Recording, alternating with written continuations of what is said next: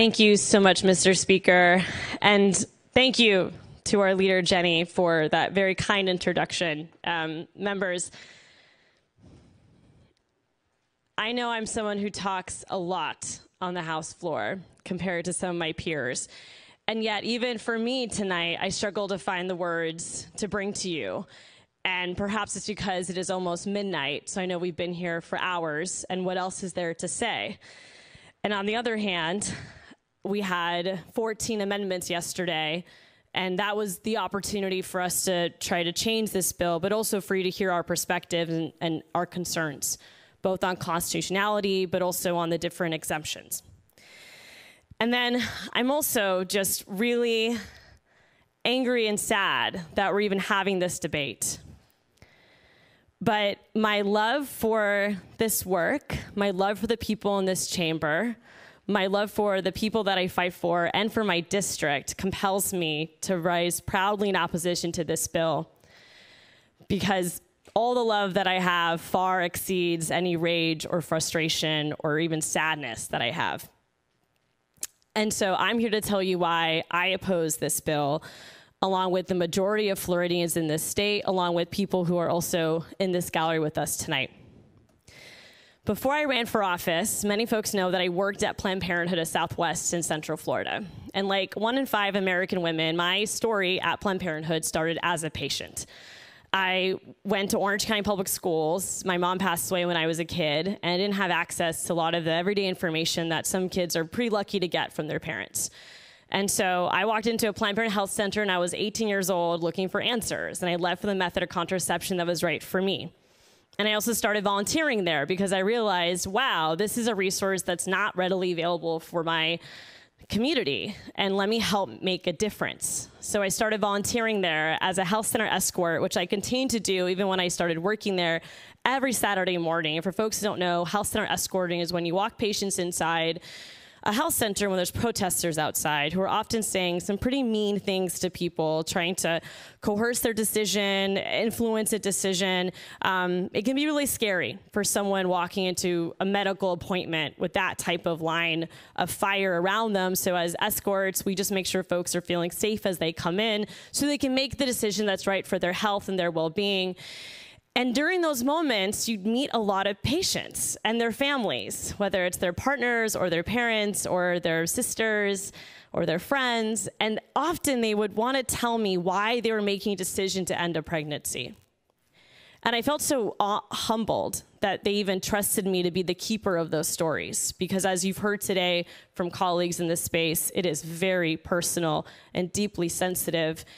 But what I would remind these patients is that you don't have to explain anything to me, because you are valued, you are brave, and you should not be shamed to make this decision. And you don't have to prove to anyone why you're here, because something brought you here, whether it was your God, whether it was your personal circumstances, but you don't have to defend to anyone why you made this decision. I just want to stress to the members tonight who share their personal stories that you should not feel shame, that you are loved and that you are supported. And for those who also shared stories of sexual assault, that you are incredibly brave to do that, and we honor that. And one of the reasons why I am so passionate about this issue is actually my mom had an abortion. And she had it after she had my sister and I and my brother. So everyone probably knows my twin sister because you see her a lot, but I also have an older brother named Arya. And one day when I was about 5, 6 years old, my mother told me I really wanted to have another Anna, Ida, Arya, but we just couldn't afford it yet. And she was already married in a secure relationship, but she made the decision as a mother, which is what many women do when they decide to end a pregnancy. And this necklace that I wear is actually hers. And it's part of Iranian culture. And there's 3 parts in his wings. And it means good deeds, good thoughts, and good words. And those are the values that I try to uphold every single day. And I think those are the values that as lawmakers, we try to hold up every day. Good deeds, good thoughts, and good words. And so when I look at this bill, I don't see that. I don't see the effort of good deeds, good thoughts, and good words. Instead, I see what is a political effort during a time in this country where we do see Supreme Court decision potentially shifting on abortion nationally. And despite what is a right to privacy in our state constitution, there's this legal avenue, right, to go after and try to redefine what are the current gestational limits on access to a safe and legal abortion. But I mentioned how I don't feel like any woman has to explain to me why they made this decision. That is because I trust women to make this decision. 1 in 4 American women have had an abortion in this country, and I trust each one of them. And so we should trust the people of Florida to make this personal decision. If I found out I was pregnant tomorrow, there would be a lot of people I would have conversations with, but none of them would be politicians, no offense. I would be talking to my sister, my God, my doctor, but this is not something where government should be involved. And yet here we are mandating that. We are forcing political intrusion into a deeply personal decision at a time where it is still unconstitutional to do so.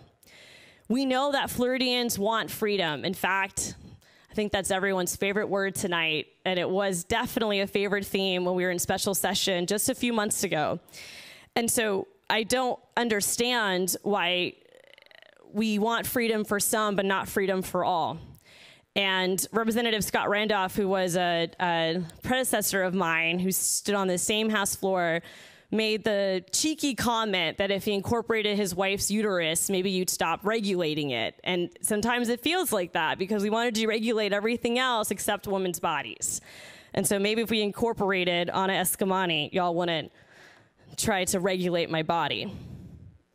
Now, yesterday, the bill sponsor admitted that there were some constitutional conflicts with her bill. So what that really means, members, is that right now we're voting on something that is not constitutional.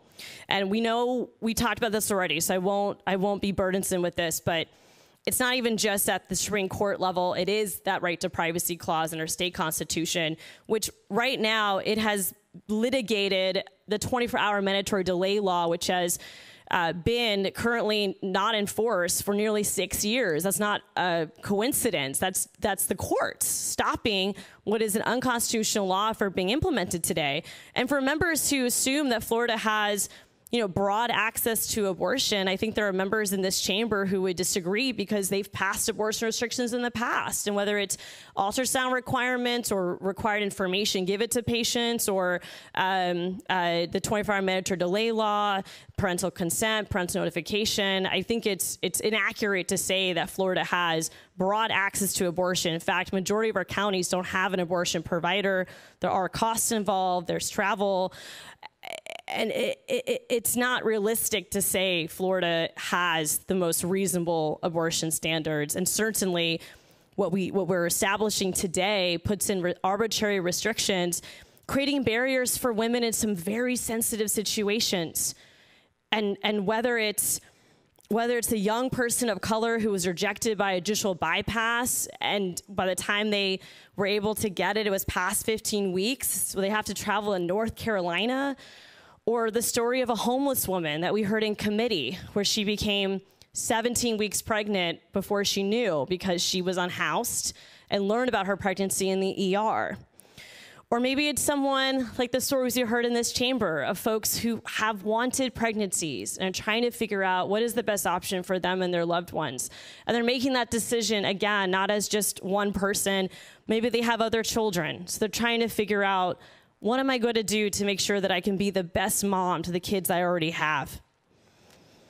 And of course, for those who experience sexual assault, my heart just hurts that we don't have these types of exemptions. And I don't want to belabor this fact, but I just don't understand how exceptions for rape, incest, human trafficking is something this body cannot support in a bipartisan fashion. Now, research tells us, members, that access to abortion has actually demonstrated strong health outcomes and a wide array of women's health issues, because abortion is health care. And banning abortion nationwide, according to one study, could even lead to a 21% increase in the number of pregnancy-related deaths overall, with a 33% increase among Black women. There are ways to reduce the rate of abortion. It takes shape at access to contraception, comprehensive sexual health education, which actually last session we did pass some funding for long-acting reversible contraception, but the governor vetoed it. So hopefully we can try to look at these other actual solutions, because if you really want to reduce the rate of abortion, those are the policies to get it done. And so with that, members, I just want to stress how this really is a bill that will target poor people the worst. Because at the end of the day, abortion bans impact every type of person. But if you have money, you will still be able to express bodily autonomy and leave this state. When you're voting on this bill tonight, think about those who don't have the means, who are not going to be able to have the same constitutional rights as anyone else because money is their barrier. This bill punishes poor people for being poor. It takes away their rights a lot more than anyone else. And so from the bottom of my heart, I encourage you to please vote no against this dangerous and restrictive abortion ban. Thank you, Mr. Speaker.